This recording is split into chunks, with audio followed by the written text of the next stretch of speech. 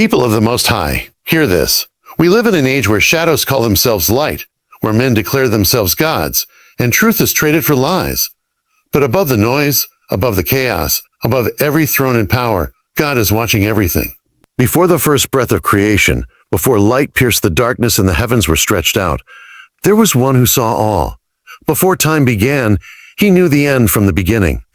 He is not limited by eyes of flesh, for his eyes are like a flame of fire, seeing through bone, through soul, through the very intentions of the heart.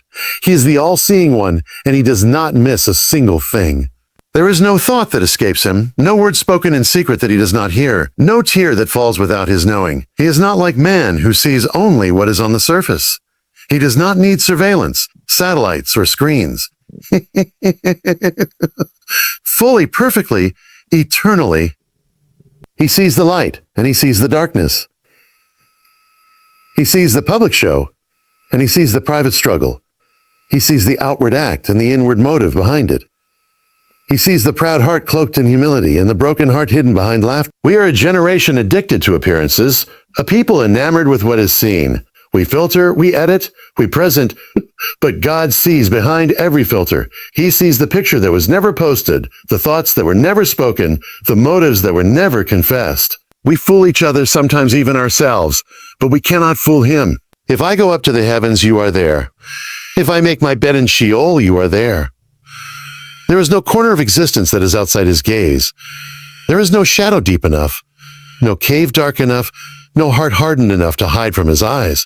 You may run, but you cannot disappear. You may lie to others, but not to him. You may forget him, but he has not forgotten you. This is not a cold watching like a prison warden peering through bars. This is the watching of a creator who knows every cell, every breath, every hair on your head. When you were being formed in the secret place, he saw your unformed body. He saw your beginning, your today, your tomorrow, and your end, and he loves you still. That's what makes his watching holy. It is not the surveillance of suspicion, but the gaze of a father who never stops looking toward the prodigal, waiting for the moment they will turn back. When Hagar fled into the wilderness rejected and alone, the Lord found her. In her distress, she gave him a name, El Roi, the God who sees me. Not the God who sees everything in general, but the God who sees me.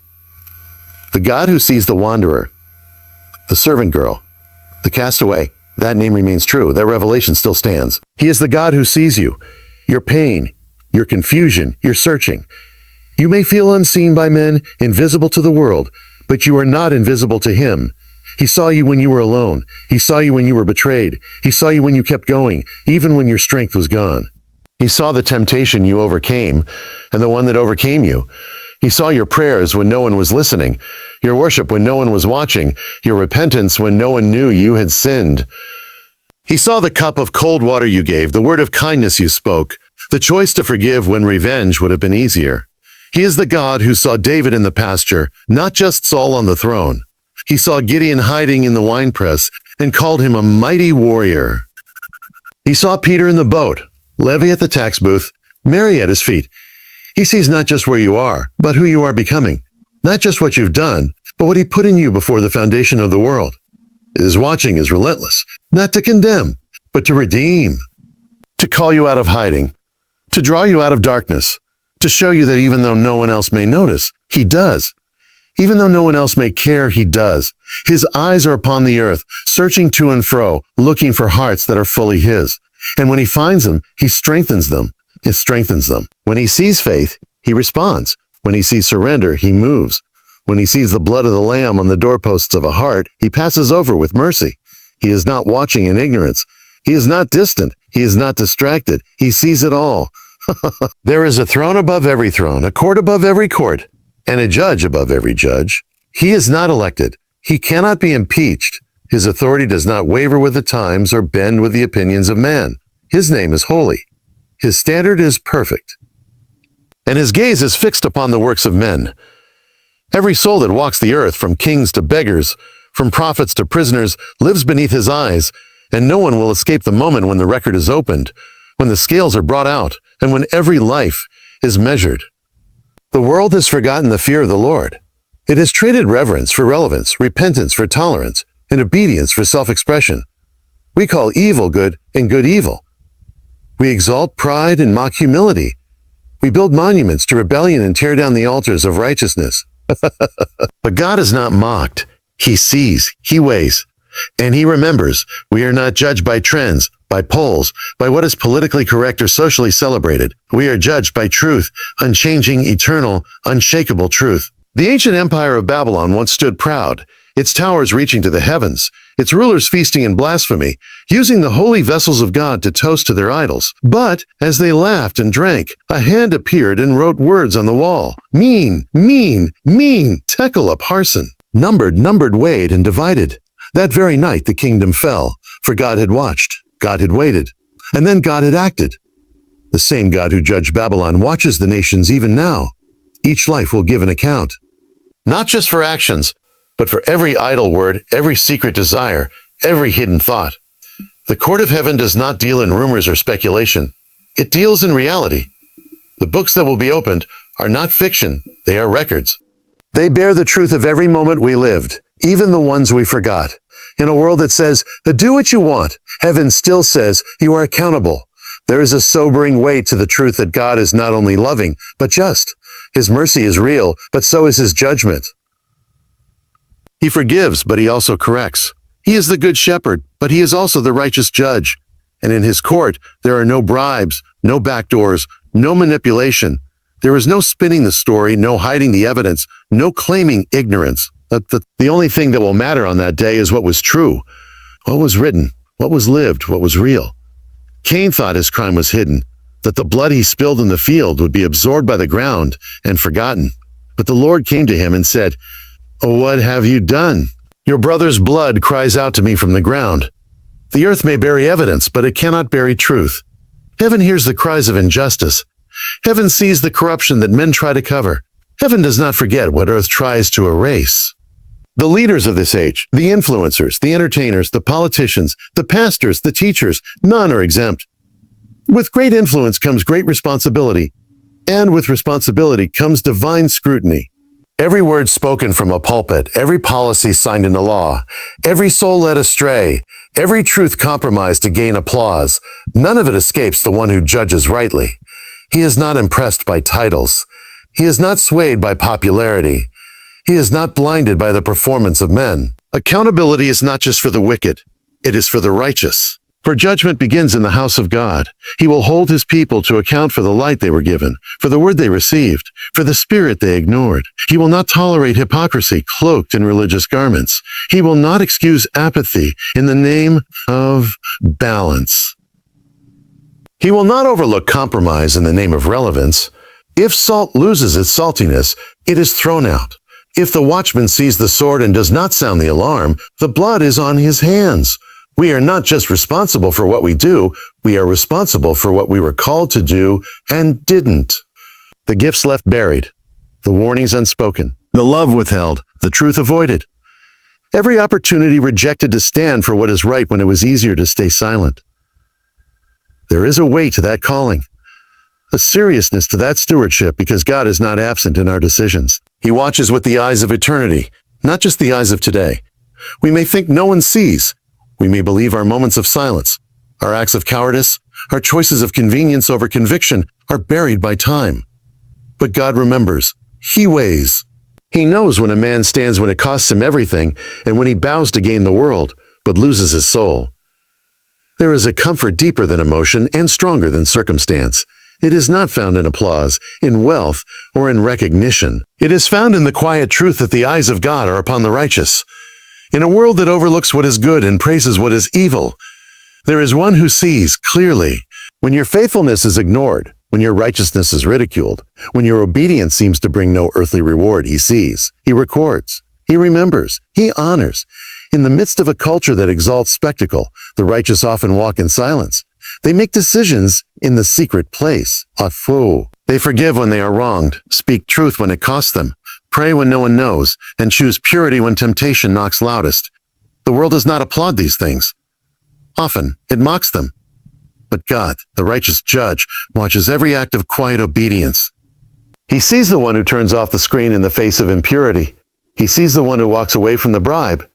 He sees the one who weeps for the lost in the privacy of prayer. The prophet Elijah once thought he was alone. Surrounded by a nation that bowed to Baal, threatened by kings, hunted for his faithfulness, he cried out to God, believing himself to be the last. But God reminded him that he had preserved thousands who had not bowed, who had not kissed the idols, oxtenlos. They were not visible to the crowds, but they were seen by God, hidden but holy, uncelebrated by men but cherished in heaven. That is the comfort of the righteous. Even when unseen by man, they are never unseen by their Maker. God's eyes are not just upon the righteous in judgment or in scrutiny, but in care. He watches over them like a shepherd watches over his sheep. He guides them through the valley of the shadow. He marks their steps. He keeps their tears in a bottle. Every pain endured in his name is recorded.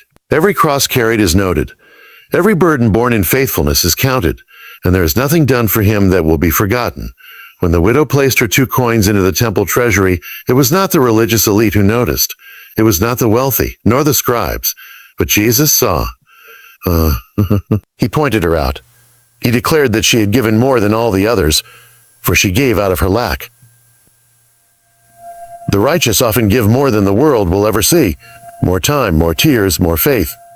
And while men measure generosity in numbers and impact, God measures it in sacrifice and heart. There is comfort in knowing that even when your obedience yields no immediate fruit, it is not wasted. The seeds you plant in righteousness do not vanish in the soil. God waters them. He watches them. And in the proper season, they will bear fruit, some in this life, some in the life to come. If God is watching everything, then he sees the flame that once burned brightly but now flickers. He sees the heart that once was soft but has grown cold. He sees the zeal that once filled your prayers, but now is buried beneath busyness, distraction, or pain. He does not condemn you for the fading. He calls you to reignite it. The invitation is not one of shame, but of restoration. In the book of Revelation, the Spirit spoke to the churches. He praised what was good, but he did not overlook what was compromised. He called out the toleration of sin, the loss of passion, the love of reputation over truth. He stood at the door and knocked, not at the door of a building, but of a heart. And still he knocks. If God is watching everything, then he is watching not just for our mistakes, but for our turning. He waits to see if we will respond, if we will rise up again, if we will live not for the applause of man, but for the honor of God. The awareness that God sees all should not lead us into legalism, but into love. Love that obeys because it wants to please the Father, not because it fears punishment.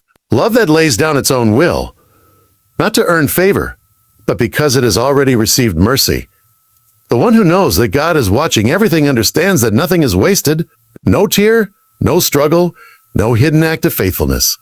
So every breath becomes a chance to glorify him. Every step becomes part of the offering. Every day becomes holy ground. To live with this awareness is to live awake. It is to refuse to be lulled into the sleep of comfort and cultural conformity. It is to reject the lie that there is always more time. It is to walk with urgency, with passion, with purpose. It is to love what he loves and hate what he hates. It is to build what lasts, speak what is true, and live as though heaven is real, because it is. When the eyes of God are upon you, your life is not ordinary, it is eternal. It is a light set upon a hill. It is a voice in the wilderness. It is a life that counts not because of what man says, but because of what God sees. When God is watching everything, there is no such thing as a small act of faith. What the world calls insignificant, God calls eternal. What seems forgotten on earth echoes in the chambers of heaven. Every whisper of prayer, every gesture of kindness, every choice to remain faithful when no one else does, none of it vanishes. His eyes are not like the eyes of man, for man forgets. Man overlooks. Man praises only what is seen. But God remembers. He takes note of the moments when others walk away and you stay, when others curse and you bless, when others retreat and you press forward. It was not in the temple, but in the wilderness that Moses encountered the fire, not on a stage, but in obscurity. That is what it means to be watched by God. Not to be scrutinized by a distant judge, but to be held in the gaze of a compassionate Father. This is the hope of the afflicted, that their suffering is not invisible.